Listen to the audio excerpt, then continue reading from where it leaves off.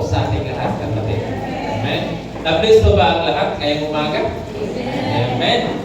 Yun. Dahil hindi po nasayang ang pangising nyo ng umaga.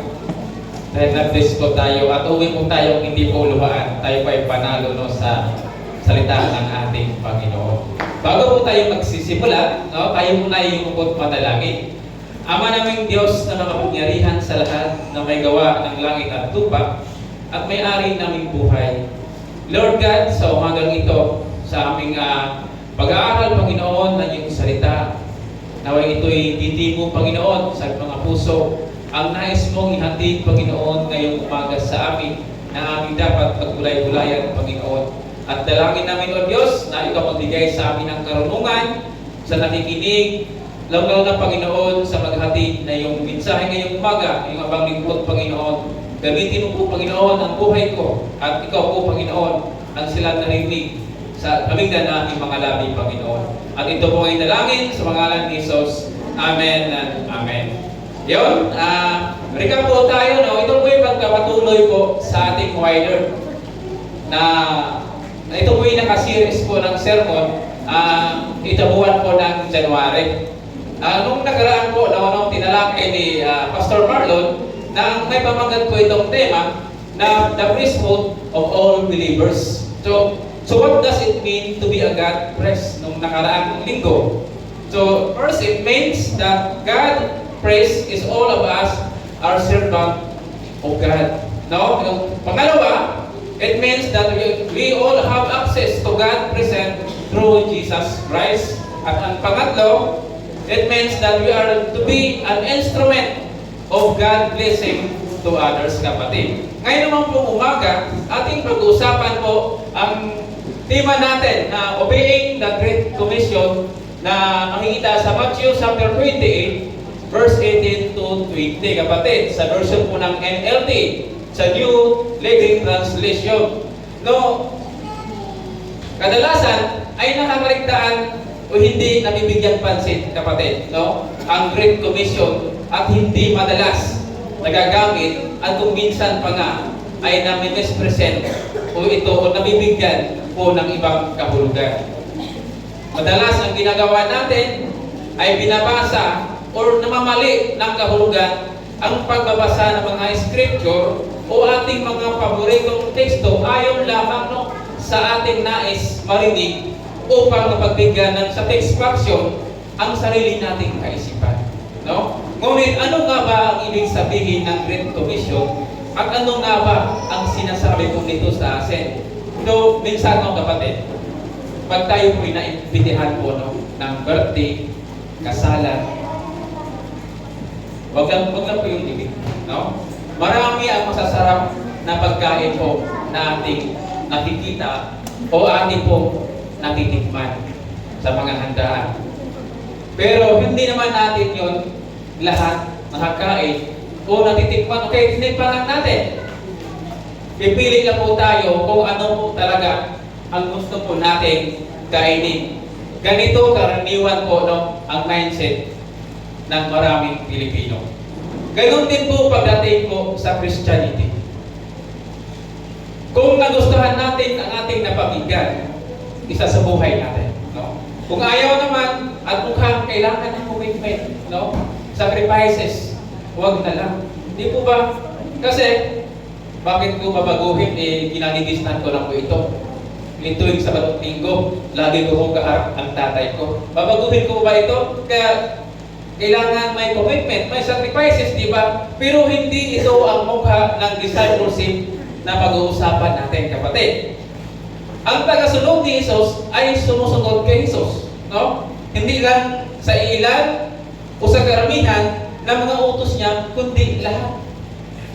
Nang inutos niya ang Great Commission, kapatid, sa Matthew 28, 18 to 20, ang binasa kanina, ang authority ay, ang sinabi doon, all authority. In making disciples of Jesus. Aabutin natin, hindi lang ang sarili nating lahi, o ang ilang lahi, kundi all nations. At hindi lang sila babautispuhan, kundi turuang sumunod, kapatid. Hindi lang sa ilang utos niya, kundi sa lahat. Ang sabi doon, teaching them to obey. I have commanded you. Di po ba? Nanggagaling ang definition natin sa isang discipleship sa Matthew 4, verse 19, no? Kung sa unang pagtawag ni Jesus sa mga disciple niya, sabi doon, follow me, and I will make you fisher of men. Hindi na po sila mangingisda, kundi tao na po ang kanilang living within, no? Ang isang disciple ay sumusunod kay Jesus, binago ni Jesus, at ibinigay ang buhay niya sa mission ni Jesus, kapatid. Sa ating pagsunod sa Panginoong Jesus, binago niya ang ating mga kaisipan, ang mga hangarin, no? Mga relasyon at mga pangarap sa buhay natin. Binigyan tayo ng bagong buhay ng Panginoon para ibahagi din ito sa iba at sanayin sila, kapatid, sa pagsunod sa Kanya. Pero ngayong umaga po, no, pag-usapan po natin at aking ibahagi po sa inyo ang framework na ito, kapatid. Mayroon po itong tatlong punto na pag-uusapan ngayong umaga, kapatid.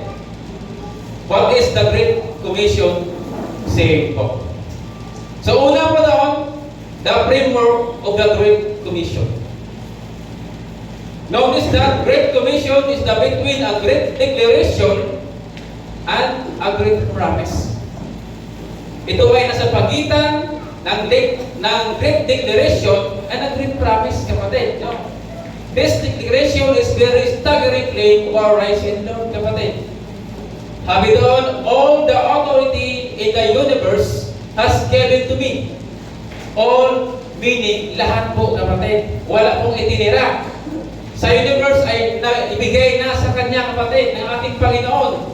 He is the owner. Siya na po ang nagmamay-ari sa lahat. Ayon doon sa verse 18 na binasa kanina, ibinigay na sa akin ang lahat ng kapangyarihan sa langit at lupa. No? Imagine, kapatid, kung mabalikan natin yung buhay ng ating Panginoon, ibinago si Jesucristo sa isang nakakakilabot at kahiyahiyang pamamaraan, di po ba? Ngunit sinabi kahit ang haring si Caesar ay yumuo sa Kanya dahil siya ang nakagawa ng ito, kapatid. Siya ang Panginoon ng ating kasaysayan, Panginoon ng mga bansa, Panginoon ng lahat, kapatid, no? Ang lupa at Panginoon ng mga simbahan. Isang pagpapahayag na nagsabing na tungkol sa katastaasan at universal na pagka-Panginoon ni Jesucristo, kaya tinawag siyang Lord of all at Panginoon sa lahat. Ang Great Commission ay dineklara ng ating Panginoon ang tanging may kapangyarihan sa lahat. Notice the word therefore, kapatid. Ano bang sabihin ng therefore na sinasabi siya? Laying that declaration, the affirmation to the Great Commission make disciple, kapatid. No? Kaya habang kayo humahayo, sabi niya, therefore, gawin ninyong alagad ko ang mga tao sa lahat ng bansa. Ang salitang therefore, kapatid, ang nag-uugnay sa Great Declaration at sa Great Commission. Ang affirmation or ang may panindigan or magpapatunay sa Great Commission na ito. Ang salitang make disciples or gawin ninyong alagad ko, ito ang tanging utos sa passage po na ito. Hindi po yung go. Make disciples po ang binigyan diin dito ng ating Panginoon, kapatid. Isang imperative verb o pandiwang pautos po ng ating Panginoon. Meaning, inuutusan ni Jesucristo ang lahat.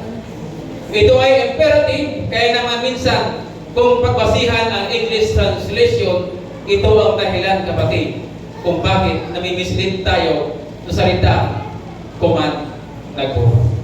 No? Sa salitang Griego, ito ay isang present participle po, kapatid, na kung saan ang ibig pagkahulugan ay striktong pananalita, therefore, as you are going, make disciples of all nations. Habang humahayo, habang kasalukuyang nagaganap. So, kaya naman, Ang binigyang diin ay ang gawin ninyo make disciple.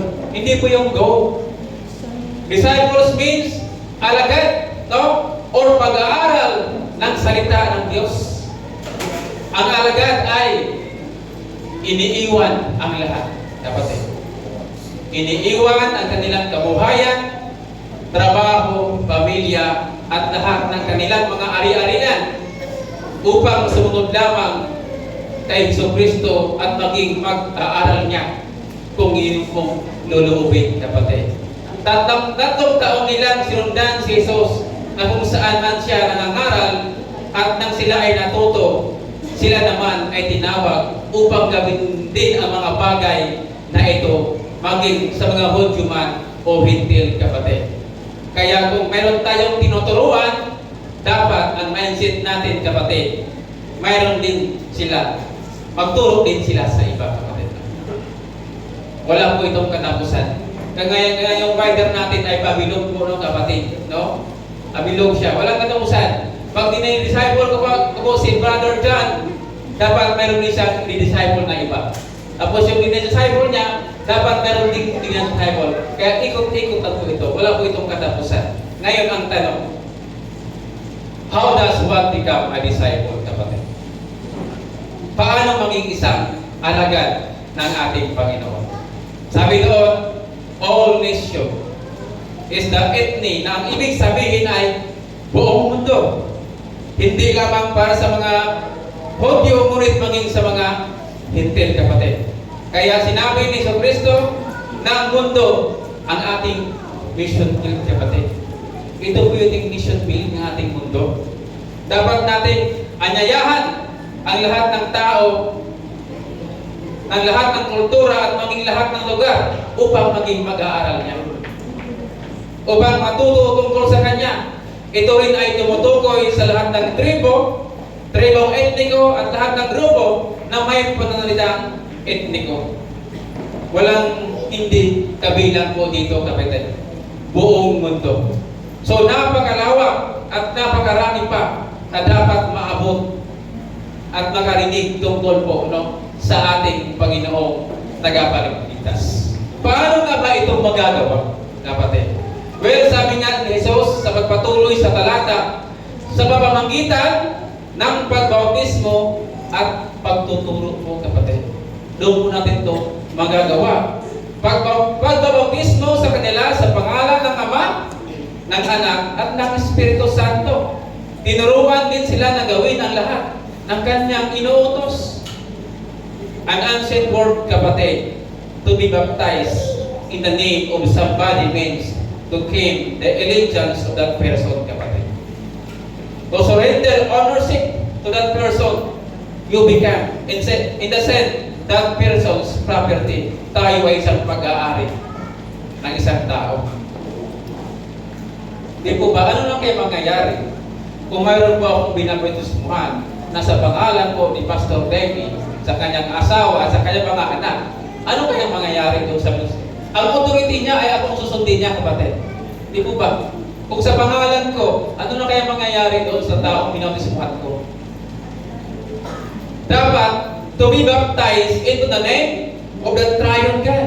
Sabihin, tatlong persona po ito means that now your supreme loyalty is no longer to your biological family, culture, ethnic group of your nation state. It is the Triune God. You belong the Father, the Son, and the Holy Spirit, kapatid. Hindi po sa pangalan ng nagbautismo po, kung sino man po ang nagbautismo po sa atin. Sa pangalan ng Ama, ng Anak, at sa Diyos, Espiritu Santo. So, there is where disciples began, kapatid. Dito po. Sa pamagitan ng pagbautismo, dito nagsisimula po ang discipleship. Sapagkat sa oras na tinanggap natin ang Panginoon sa pamagitan ng bautismo, nagsisimula na din ang ating mission dito sa mundo. Ang paglaganap ng Kanyang salita. Kaya dapat po maunawaan po natin. Hindi ibig sabihin po, kapatid, no, after na mapag-bautismuhan tayo ng ating Panginoon, ay wala na po tayong gagawin. Okay na po ako. Napag-bautismo na ako eh. Hindi po ganun, kapatid. Ang ating, dito po nagsisimula ang ating mission sa mundo once na napag-baptize ka na po, kapatid. Baptism is also our corporate event. Ito ay hindi lamang individual na kaganapan. Tayo ay binabautismuhan sa isang community of all na nagpapahayag ng kapangyarihan ng Triune God, ang Ama, ang Anak, at ng Espiritu Santo. So ito ay tumutukoy sa context o sinasabing gawain ang hindi lamang sa pagitan ng isang tao. Kailangan din po dito ang mga taong naniniwala din sa kapangyarihan ng Triune God at naniniwala na ang ibig sabihin ng discipleship. Ang discipleship ay hindi lamang magawa ng isang tao, kapatid. It is the community, hindi lamang basta community, kundi isang komunidad ng mga nagbautismo na natutunan natin ang pagiging bahagi o alagad ni Jesus na lumago at natuto sa misyon at sa layunin po ng ating Panginoon. Ito po yung framework ng Great Commission. Ang pangalawa pong punto ay characteristic of people in God's kingdom, kapatid. Ito po yung kaugalian. Kung sa Bisaya po, kinaiya o kinaidya. No? So, sabi doon, teaching them to observe or obey all that I have commanded you, kapatid. Ang mga, ano nga ang mga utos ni Jesus? Mababasa natin ito sa scripture ng aklat ng Matthew 5 verse 8 na tinatawag na Sermon sa Mundo. Ito ang pagpapakita o pag-aarawan na kung ano ang kaharian ng Diyos, kapatid. Ito ang magiging kaharian ng Diyos. Inilarawan dito ang mga taong kabilang sa kanyang kaharian. Kung saan makikita natin binubuo ang isang bagong komunidad. Ano nga ba ito? Basahin po natin ang Matthew 5 verse 13 to 12. Inilarawan ni Matthew ang mga katangian ng mga taong kabilang dito kung matandaan po natin ang mga beatitude noong October po, noong missions month natin. Yun po ang ating tema. Beatitude. Sabi dito, mapalad ang mga taong walang inasahan, hindi ang Diyos. Sapagkat nawabilang sila sa kaharian ng langit. Mapalad ang mga nagdadalamhati, sapagkat aalingin nila ng Diyos. Mapalad ang mga nagpakumbaba, sapagkat mamanahin nila ang daigdig.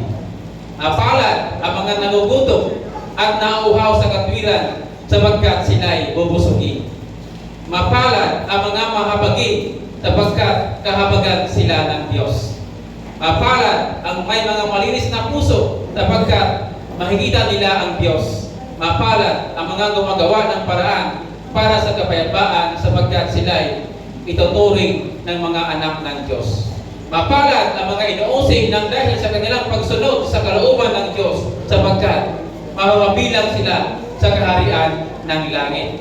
Mapalad ang mga nilait at inuusig ng mga tao at pinaparatangan ng lahat ng uri ng kasamaan na pawang kasinungalingan dahil sa akin. Magsaya kayo, sabi dito sa huling verse, at magalak sapagkat malaki ang inyong gantimpala sa langit. Gayon din ang ginagawa ng mga tao sa mga propeta na una sa inyo. Yun po yung characteristic na sinasabi dyan of peoples in God's kingdom, kapatid. Mga mapalad. Una, kinasabi doon, meek who will inherit the earth.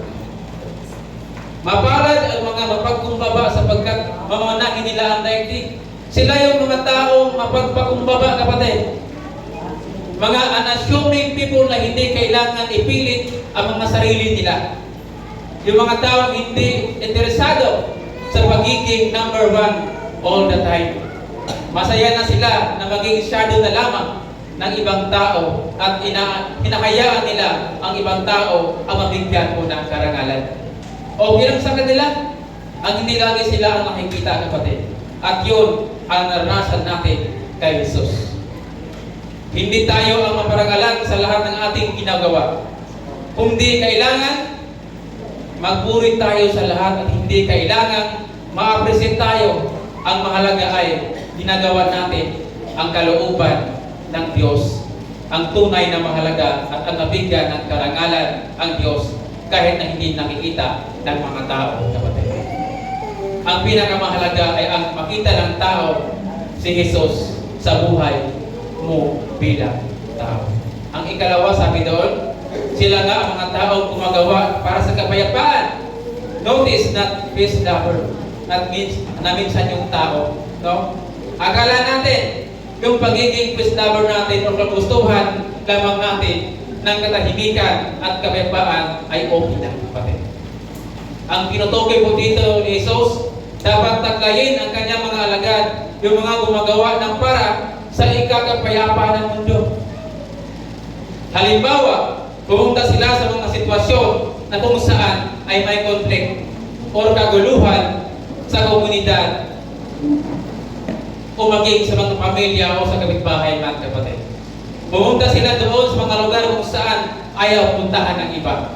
At ang ginagawa nila ay gumagawa sila ng mga tulay between people upang tulungan sila makinig sa isa't isa.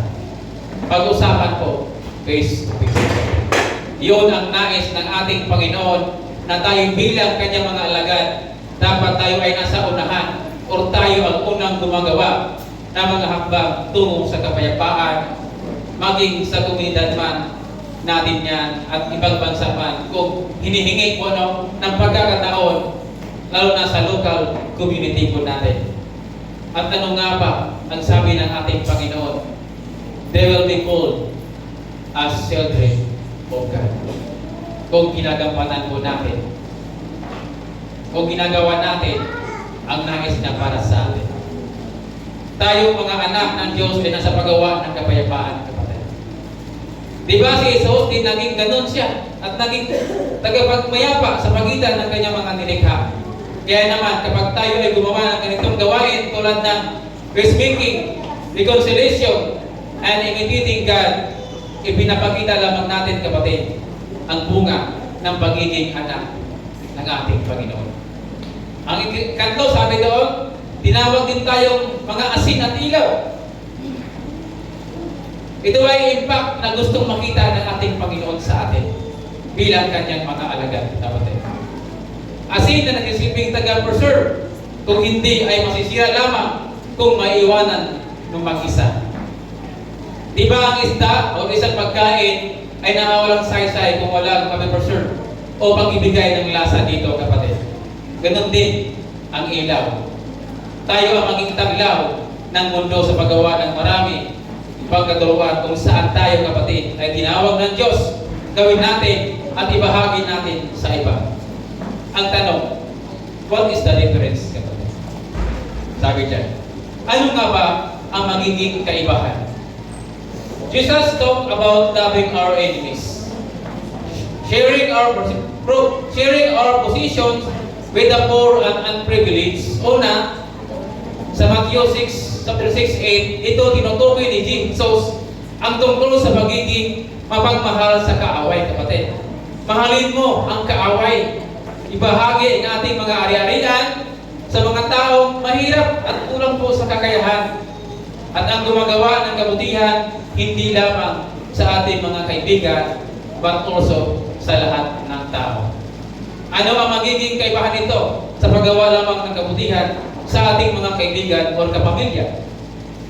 Ang mga pag-aano po ay gumagawa lamang ng kabutihan sa mga tao, gumagawa din ng kabutihan po sa kanila. Dapat tayo may iba, kapatid, bilang isang Kristiyano. I-bless po natin at gawa pa rin ng kabutihan ang mga taong sumusumpa sa atin o mga taong galit sa atin, sila yung mga ayaw po sa atin. Dapat ipakita pa rin natin sa kanila ang kabutihan. Bakit? Dahil yun ang magiging kaibahan natin sa kanila na hindi kabilang sa kaharian ng Diyos. We should be eager to discover what Jesus teaches concerning discipleship and practice it, kapatid. Dahil paano nga naman natin ma-invite ang iba upang maging disciples kung hindi natin ginagawa ang ating mga itinuturo. Ito mismo ang logic po ng talata na ating binasa. Jesus defines his discipleship as obeying everything He has commanded us. Meaning, hindi natin pipiliin lamang ang mga bagay o katuruan na convenient sa atin, no? Na sundin o yung kaya lamang natin gawin at sundin. Jesus talking about priorities, kapatid. Kung ano po yung priorities. Hindi niya ginagamit ang mga salitang priorities, binigyan din niya ang salitang obey everything I have commanded you. Obey everything. Yun ang tunay na kahulugan ng discipleship. Kasi kung priorities ang gagamitin na salita, mayroong order yan, kapatid. Halimbawa, ang priority mo ay ang pagsunod kay Jesus. Pwede masapawan yan ang ibang priorities natin. Di po ba? Kaya ang binigyang diin at nais niyang gawin natin ay obey. Sundin natin siya, kapatid. So, Jesus speak the church which is out there in the world, kapatid. Upang ipahayag ang magandang balita tungkol sa kaharian ng Diyos sa lahat ng mga bansa sa buong mundo. Siya din mismo ay nangunguna sa mga gawaing pagkapayapaan sa pagitan mo ng tao. Kabilang siya sa mga gawaing nagbibigay ng katarungan sa mga mahirap at mga pinagkaitan nito, kapatid. Ganon din si Jesus ay nagbibigay din para sa mga nangailangan at walang kakayahan.